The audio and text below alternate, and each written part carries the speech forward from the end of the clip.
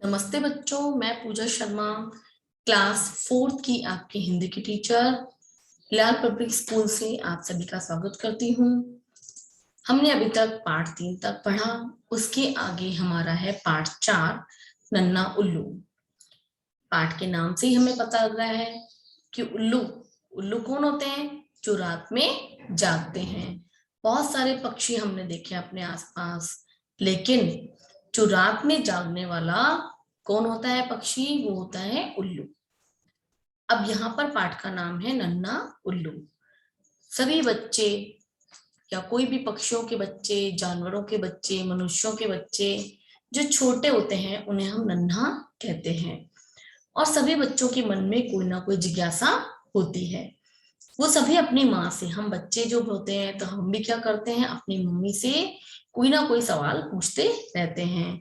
Mummy ये कैसे हुआ, मम्मी वो कैसे हुआ, ये ऐसे क्यों हुआ, ये ऐसा होना चाहिए, अगर ऐसा होता तो क्या होता। ऐसे ही बहुत सारे क्वेश्चन जो हैं वो बच्चों के दिमाग में आते हैं और वो अपनी माँ से पूछते रहते हैं। इसी प्रकार से यहाँ पर इस पाठ में नन्ना उल्लू जो है वो भी रात के समय सो तो रहा नहीं है, वो सारे सवाल अपनी माँ से पूछता रहता है। वो पूछता है ये तारे इतने सारे कहाँ से आए, ये चांद क्यों आया, धरती कितनी बड़ी है, आकाश कितना ऊंचा है, धरती कितनी नीची है। ये सारे क्वेश्चन वो पूछता है। और माँ माँ क्योंकि क्या है, ममता की मूर्ति होती है, आप सभी को पता है। आप कितना भी गुस्सा करें, लेकिन माँ जो करती है, माँ कैसे भी सवाल हो, आप कैसे भी कुछ भी करें, लेकिन माँ आपके हर सवाल का जवाब देती है। इसी प्रकार से यहाँ पर भी जो है उल्लू की माँ है, वो उसे उसे सारे क्वेश्चंस के जवाब देती है, सारे प्रश्नों के उत्तर देती है, क्योंकि माँ तो ममता की मूर्ति होती है और वो क्या करती है, अपने बच्चों का हर तरीके से ख्याल रखती है। आगे चलते हैं, इस पाठ को हम पढ़ना स्टार्ट करते हैं।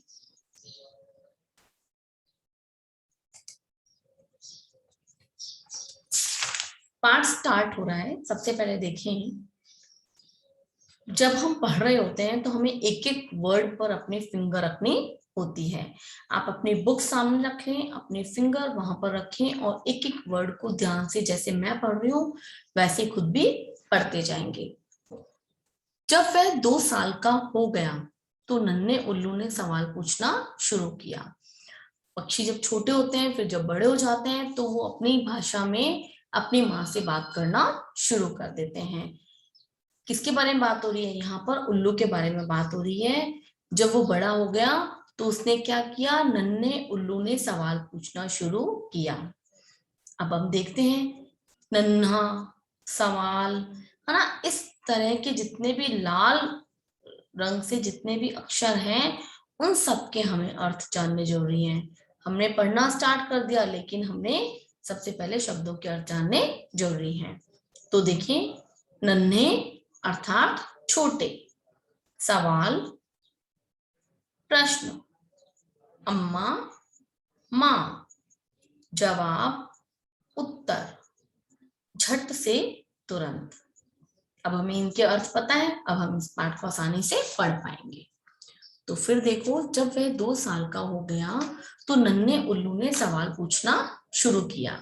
नन्हा यानी छोटा, सवाल यानी प्रश्न। जब वो बड़ा हुआ तो उसने प्रश्न पूछना शुरू किया। पूरी रात वह अपनी अम्मा के संग सितारों के नीचे बैठा रहता। आसमान में कितने सितारे हैं, उसने एक रात अम्मा से पूछा। उसने क्या पूछा कि आसमान में कितने सितारे हैं? बहुत से। अम्मा ने क्या कहा? बहुत से, अम्मा ने जवाब दिया। अब इसका जवाब तो यही हो सकता है कि बहुत सारे तारे हैं, कोई भी तारों को गिन नहीं सकता। फिर नन्हे उल्लू ने क्वेश्चन किया, कितने? नन्हे उल्लू ने आसमान की ओर देखते हुए पूछा। उसकी अम्मा मुस्कुराने लगी। है ना बच्चे, आपकी भी मम्मी जब क्वेश्चन पूछते हो ऐसे अजीब अजीब से, तो मम्मी को भी हंसी आ जाती है। तो अम्मा मुस्कुराने लगी, तुम गिनकर देख लो। अब उल्लू क्या करता है, गिनना शुरू कर देता है। 1 2 3 4, 101, 102। जब सूरज निकला, नन्हा उल्लू तब भी गिन रहा था। 1001, 1002, कितने सितारे हैं आसमान में? अम्मा ने नन्हे उल्लू से पूछा। नन्हा उल्लू पूरा दिन गिनता रहा, लेकिन अम्मा ने क्या पूछा? बताओ कितने सितारे हैं आसमान में?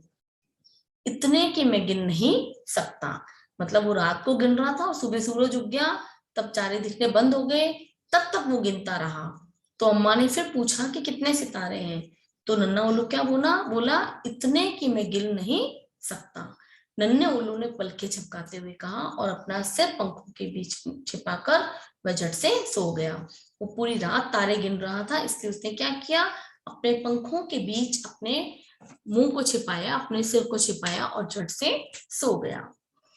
अगली रात नन्हे उल्लू ने एक बार फिर आसमान की ओर देखा। अम्मा, आसमान कितना ऊंचा है? नन्हे उल्लू ने पूछा। अब उसके एक सवाल का उसको उत्तर मिल गया कि तारे में गिन नहीं सकता, लेकिन उसके मन में दूसरा सवाल है कि अम्मा, आसमान कितना ऊंचा है? बहुत ऊंचा। कितना ऊंचा? नन्हे उल्लू ने फिर पूछा। माँ ने क्या कहा? बहुत ऊंचा। जाओ जाकर देख लो, अम्मा ने कहा। अगली रात को फिर उसके दिमाग में सवाल आया कि आसमान कितना ऊंचा है? माँ ने क्या कहा? बहुत ऊंचा। जाओ तुम जाकर देख लो। तो नन्हा उल्लू ऊपर आसमान में उड़ा। अपने पेड़ से बहुत ऊपर, वह बादलों से भी ऊपर उड़ रहा था, लेकिन वह जितना ऊपर जाता आसमान और भी ऊपर चला जाता। आसमान की ऊंचाई हम जान ही नहीं सकते, हजारों करोड़ों मिलियन मील्स दूर है। तो यहाँ पर उल्लू जब उड़ता जा रहा था तो वो कितना ऊपर उड़ रहा था? पेड़ से भी ऊपर, बादलों से भी ऊपर, और ऊपर जाता ही चला जा रहा था। आगे चलते हैं।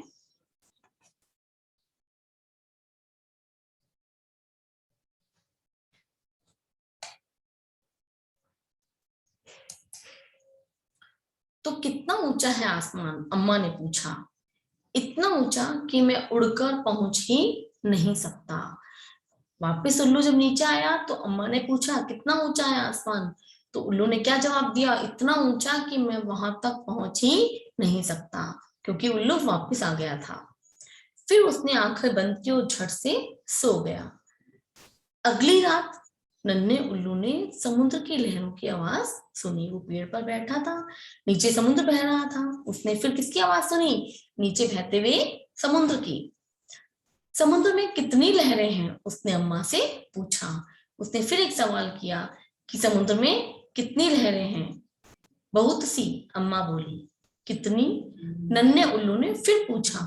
जाओ जाकर गिन लो, अम्मा ने जवाब दिया। नन्हा उल्लू उड़कर समुद्र के किनारे आ पहुंचा। वह लगा गिनने।